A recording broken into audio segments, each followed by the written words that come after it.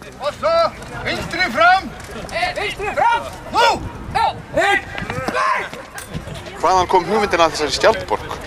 Það kom bara á litlum fundi sem vorum að spá í hvaða aðgerðir við getum staðið fyrir og kom með þá hugmynd að fólki sjálft myndi byggja skjaldborgina eða reisa skjaldborgina og það var tekið vel í það og þessi skjaldborg sem við sáum hér í dag, það var ein útfærsla, þetta var svona nokkurn veginn frekar ádeila sem að endurspeglaði aðgerðir og aðgerðarleysi stjórnvalda.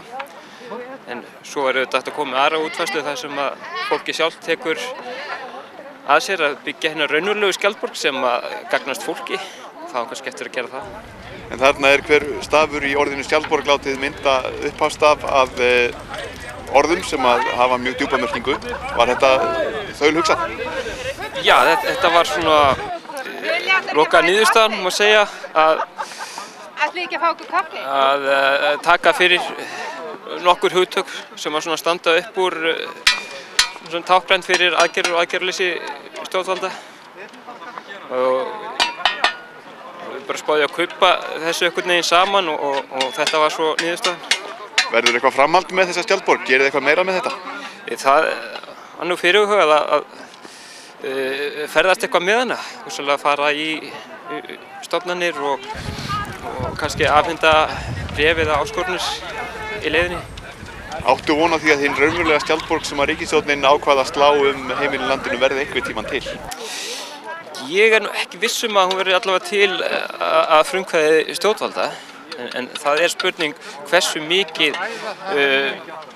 fólk þarf að gera sjálft til þess að gera það sem það vill og það getur ekki treyst á stjórnvöld og það er kannski komið tími til að fólk átti sig á því að það getur ekkert treyst á stjórnvöld til að það samþykkja sínar eigin takmarkanir og sem eru meðal annars skortur á ímyndunarafli og skortur á hugrekki og það er kannski frekar erlendi kröfuhafar, valdhafar og alþjóðabákn sem að setja þeim þær takmarkanir sem að við þurfum svo að glíma við og það er fólki sjálf sem þarf kannski að ráðast gegn þessum takmörkunum.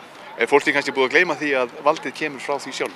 Já, ég held að það sem gleymið grundvallaratriðið og varðandi lýðræði, að lýðræðið endurspeglar það að fólkið hefur valdið og fólkið fær sínu fram og það þarf auðvitað að hafa fyrir því. Það getur ekki treyst bara á einhverjar stofnanir, hvort sem það eru stjórnvöld eða svo fjölmiðlar sem eiga að veita aðhaldi eða fjármálakerfið að við bara ætlumst til þess að þarna sé allt í góðu lagi og af því að það er viðbúið við lýðræði, þetta á að vera í lagi og fólk getur svo bara hugsað sitt eigið einkalíf, lifa við lýðræði. Það virkar vist ekki þannig að þarf að rækta garðinn sinn, fólk þarf að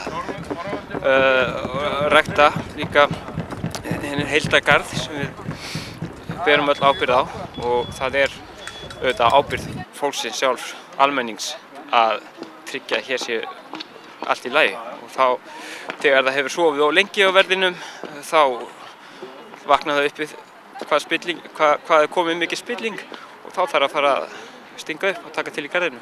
Það er ekki fyrst að nudda stýrurnar augunum og fara á stað? Það eru kannski einhverjir sem eru byrjar á því og margir af það sem að halda sig heima og það er auðvitað ekki nóg að fólk bara sitja heima og bloggi og skrái nafn sínu hinn á þessu hópa á Facebook. Það þarf að verða sýnilegt og það þarf að sýna hugsun í verki með einhverjum hætti og því fleiri sem að gera það, því meiri líkur á að það hafi áhrif. Nú erum við að gantast með það að sennilega eina skjaldborgin sem verður til á þessu vori, þessi skjaldborg fjallið nýja sem er að myndast á Fimmvörðuhálsi.